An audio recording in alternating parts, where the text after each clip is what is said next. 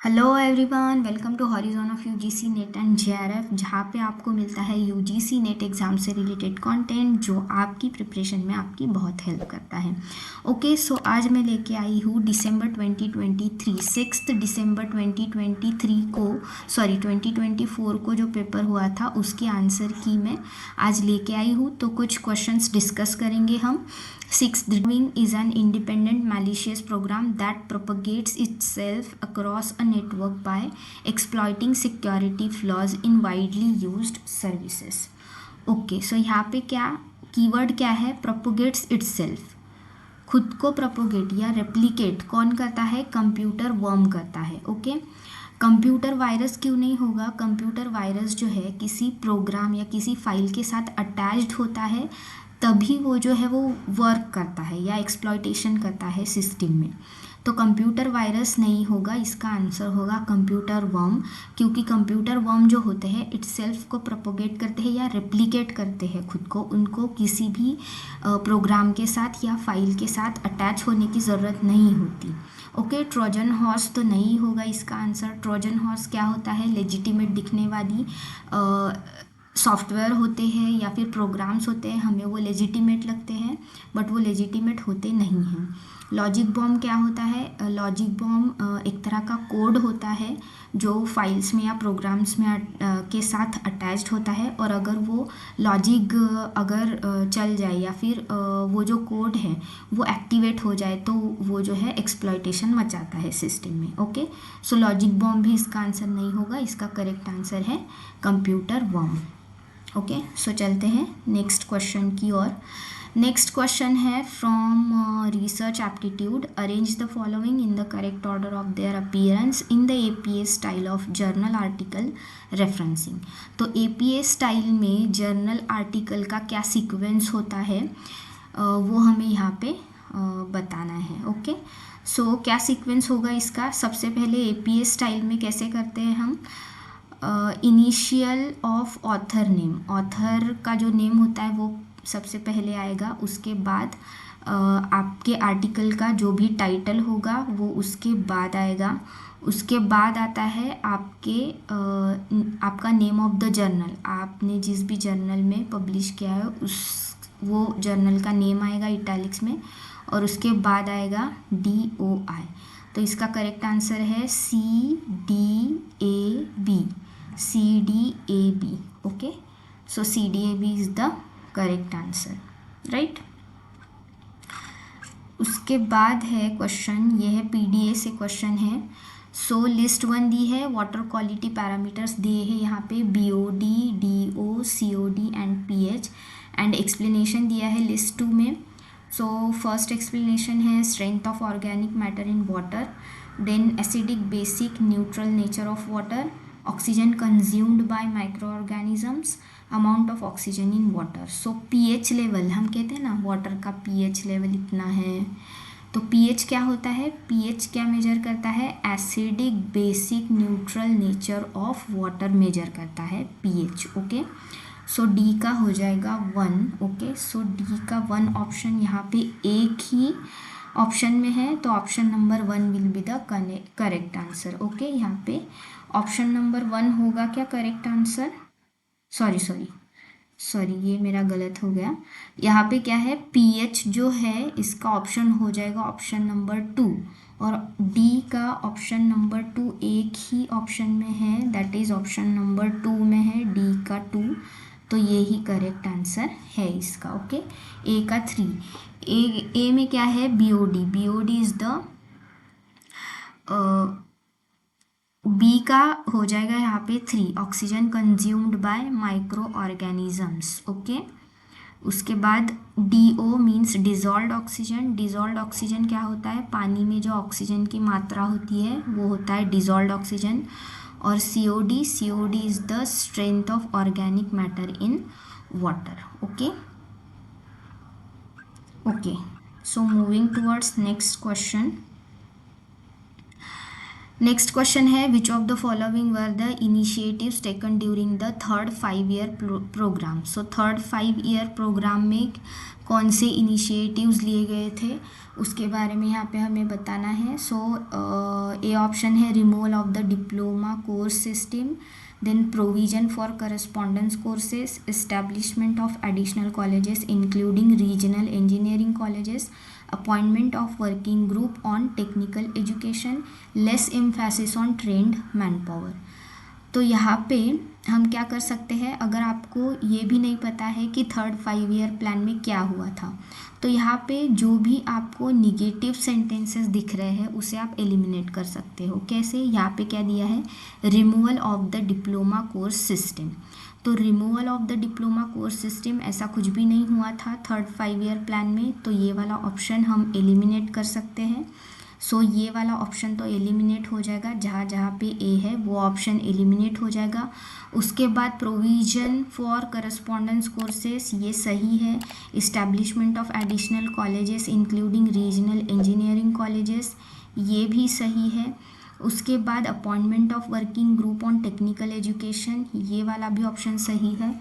Less emphasis on trend man power ये वाला option गलत है। थर्ड 5 ईयर प्लान में less emphasis on trend man power ऐसा कुछ भी नहीं था। तो BCD विल बी इसका करेक्ट आंसर। ओके, BCD इसका करेक्ट आंसर हो जाएगा। ये ई वाला जो ऑप्शन है वो भी एलिमिनेट हो जाएगा, तो इसका आंसर होगा BCD। Okay, so next question की ओर बढ़ते हैं। तो ये क्वेश्चन है नंबर सिस्टम से। ओके, यहाँ पे हमें क्या करना है, डेसिमल नंबर सिस्टम में पहले तो ये नंबर्स सारे कन्वर्ट करने हैं और उसके बाद हमें क्या करना है, उसको असेंडिंग ऑर्डर में अरेंज करना है। ओके, ये जो सारे नंबर सिस्टम हमें अलग अलग बेस में दिए गए हैं उसको हमें पहले डेसिमल नंबर सिस्टम में कन्वर्ट करना है, और डेसिमल नंबर सिस्टम में कन्वर्ट करने के बाद उसे असेंडिंग ऑर्डर में लगाना है। असेंडिंग ऑर्डर मतलब सबसे छोटा नंबर सबसे पहले, और उसके बाद उसके बाद उससे बड़ा, उसके बाद उससे बड़ा, इस ऑर्डर में हमें ये नंबर सिस्टम को अरेंज करना है। ओके, सो फर्स्ट वाला जो है उसका डेसिमल में कन्वर्ट करेंगे हम, तो इसका हो जाएगा 27.75 हो जाएगा ये। ओके, देन ये जो सेकेंड नंबर है इसका हो जाएगा 29।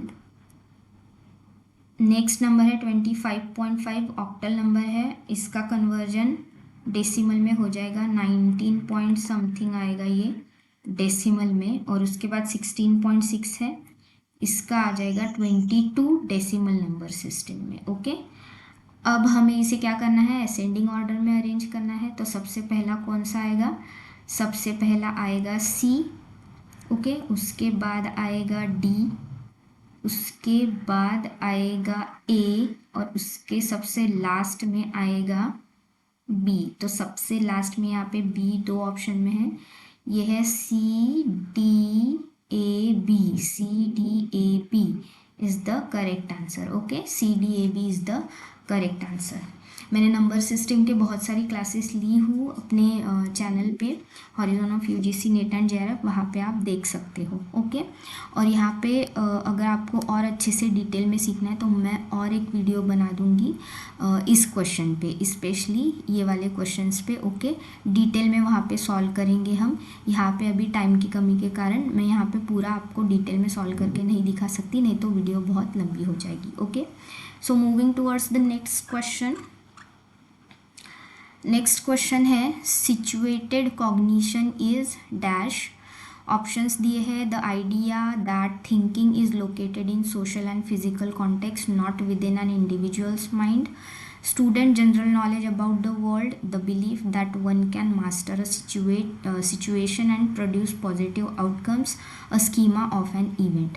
तो सबसे पहले देख लेते हैं कि सिचुएटेड कॉग्निशन क्या होता है। क्या होता है सिचुएटेड कॉग्निशन, या सिचुएटेड लर्निंग भी हम इसे कहते हैं, situated learning theory. So situated learning theory किसने डेवलप की थी, लेव एंड वेगनर ने डेवलप की थी, that emphasises learning in authentic context. Okay, इसका डेफिनेशन क्या है, situated learning theory poses that knowledge is best acquired through active participation and social interaction within communities. तो क्या है situated learning? Active participation and social interaction है within communities.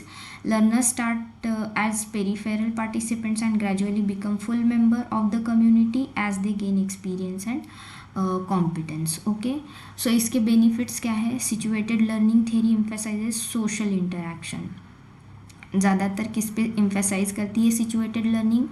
Social interaction पे emphasise करती है. और active engagement allowing learners to develop practical skills and knowledge in authentic context. तो क्या करती है सिचुएटेड लर्निंग में? क्या होता है?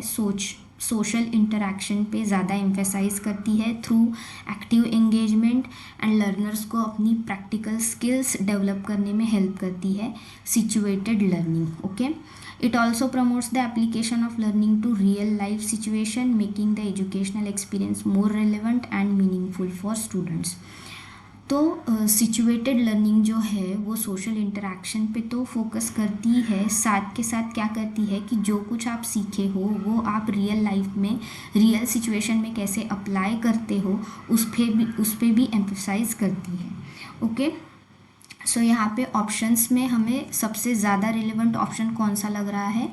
First option is the relevant option. The idea that thinking is located in social and physical context not within an individual minds. तो ये वाला जो कीवर्ड है यहाँ पे बिल्कुल फिट बैठ रहा है, social and physical context. Okay, तो आंसर इसका हो जाएगा 1. Okay, so next question is from PDE. Sound with frequencies below and above the audible frequency range are known as. तो below Audible frequency and above Audible frequency को क्या कहते हैं ये हमें यहाँ पे बताना था.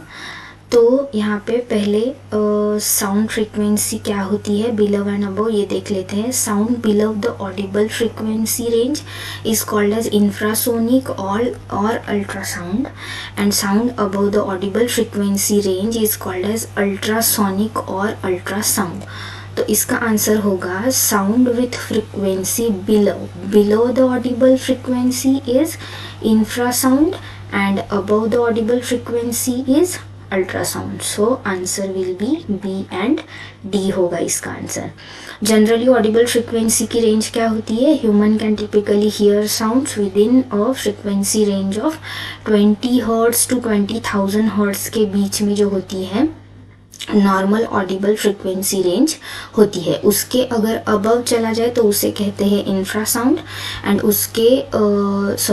उसके अगर बिलो चला जाए तो उसे कहते हैं इंफ्रासाउंड एंड उसके अबव चला जाए तो उसे कहते हैं अल्ट्रासाउंड. ओके,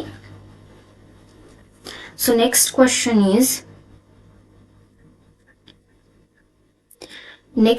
है the tendency of researcher to subtly and inadvertently affect the behaviors of participants in a study, obscuring the true effect of the independent variable is called.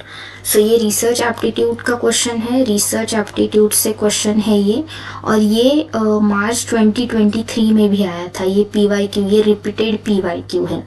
Okay, so इसका answer है experimental bias. Okay, the tendency of researcher to subtly and inadvertently affect the behaviours of participant. जो participants के behaviour को affect करते हैं in a study, obscuring the true effect of the independent variable. ये क्या होता है? एक्सपेरिमेंटल बायस होता है.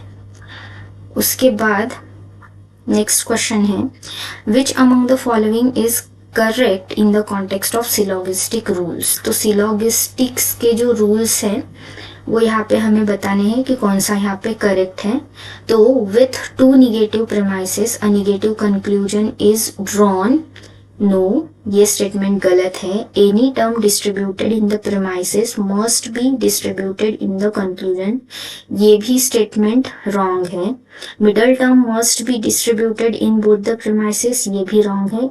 The only correct statement is syllogistic argument must contain only 3 terms. Syllogistic argument में ओनली 3 टर्म्स होती है. ओनली ये सेंटेंस यहाँ पे करेक्ट दिया है.